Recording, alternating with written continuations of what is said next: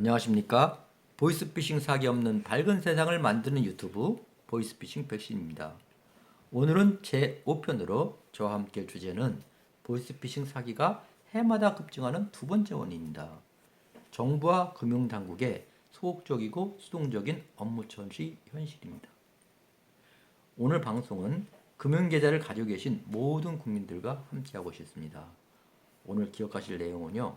정부 금융당국은 소극적이고 수동적으로 업무를 처리하고 피해자가 원하는 방향으로 움직여주지 않는다는 것입니다.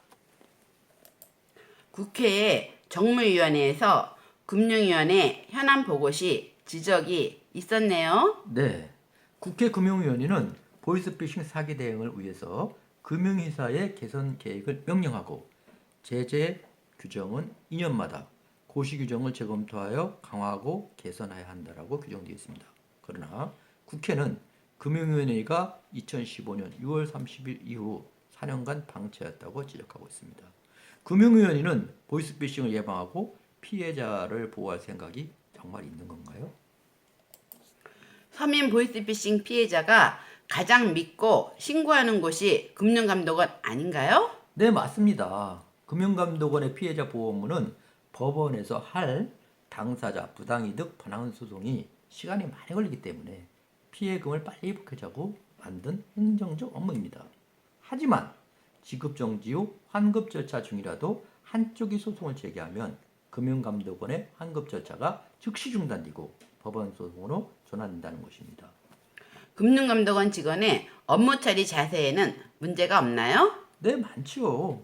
피해자들이 공무원으로서 사명의식이 부족하다고 지적하면은 자신들은 공무원이 아니라고 합니다. 네, 맞아요. 금융감독원 직원들은 공무원도 아니고 공기업도 아니에요. 이름 그대로 금융 업무를 감독하는, 즉 금융위원회 규정으로 설립된 특수법원에 불과합니다. 금융감독원이 피해자 보호기관으로 거듭나야만 서민 보이스피싱 사기 피해자에게 유리한 것이 아닌가요? 네, 맞습니다. 서민 피해자들은 이렇게 대출을 여러 개 아주 대출을 받았지만 대출금 또한 사기 피해금으로 악용당한 경우조차 많습니다. 이제는 소송 비용을 마련할 길이 없어요. 그나마 어렵게 소송 비용을 마련해도 대형 상품권 회사가 거액을 들여 선임한 변호사를 상대하는 것은 매우 힘들겠죠. 따라서 서민 피해자 보호를 위한 관계 법률로 금융감독원에 보이스피싱 당한 금액의 흐름을 조사할 수 있는 권한을 주고 양 당사자의 피해를 조정할 수 있는 권한을 준다면 변호사를 살 수 없는 서민 피해자에게 위로를 주고 정부를 보다 더 신뢰할 수 있다고 봅니다. 2019년 4월 11일자 동아일보에 보도된 내용입니다. 강제 수사권 놓고 금융위원회와 금감원이 밥그름을 싸움한다. 권한은 서로가 가지려고 하고 의무는 내 것이 아니라고 합니다. 보이스피싱 피해자 보호를 위해서 서로 힘을 합해야 하는 두 기관이 밥그릇 싸움만 하고 있으니 피해자 보호는 누가 할지 걱정이 됩니다. 검찰청과 경찰서 같은 수사기관은 피해 금액을 찾아주는 곳이 아닌가요? 수사기관은 금융질서 보호가 목적이라고 합니다.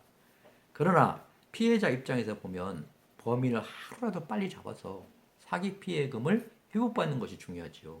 누가 수사하는지는 중요하지 않습니다. 현실적으로 경찰서에 피해 신고 후 검찰청에 사건을 보내는데 6개월이 지나는 경우가 많습니다. 검찰청에 사건을 보내면은 더 강감해집니다. 경찰관은 전화라도 받고 물어보는 것에 대답이라도 해주지만 사건 주인 검사는 전화도 안 받아요. 수사관이나 실무관이 대신 전화 받잖아요. 검사님이 수사하는 것이라 저는 잘 몰라요. 진정서 하나 내세요. 검사님께 말씀드릴게요. 이렇게 답을 합니다. 불구속 상태로 경찰서나 검찰청에서 수사를 받고 있는 사기꾼들은 죄의식이 없는 경우가 너무 많습니다. 에휴, 어차피 검찰청에서 수사받고 교도소에 갈 수도 있는데 검찰청 불려가기 전에 한 건 더해서 돈이나 벌자. 이렇게 생각합니다. 불구속 상태에서 수사받는 사기꾼에게 사기당한 사람은 누구에게 보호를 받고 피해금을 어떻게 회복받아야 하는지요. 정말로 수사당국에 묻고 싶습니다. 피해당한 사람의 가슴은 날마다 시커멓게 타들어가는데 사건 담당 검사는 3개월이 지나도 언제 수사할지 모릅니다. 그나마 손톱만큼이라도 회복받으려면 법원에 배상명령 신청이라도 해봐야 합니다. 검사가 수사하는 후에 법원에 기소 가능하고 기소를 해야 배상명령 신청이 가능합니다.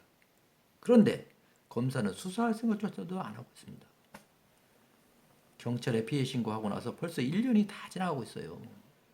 보이스피싱 사기 피해에 당한 사람의 가슴은 이미 석탄처럼 시커머지고 있습니다. 다음 시간 주제는 무엇인가요? 다음 시간에는 보이스피싱 사기가 매년 급증하는 세 번째 원인입니다. 국기는 피해자 보호를 위해 법령을 제정하거나 법령 개정에는 관심이 없다라는 것에 대해서 함께 살펴보겠습니다. 추워지는 겨울 날씨에 건강 조심하시고 함께한 시간에 공감을 하시거나 힘을 실어주시고 싶다면 구독과 좋아요를 꼭 눌러주세요.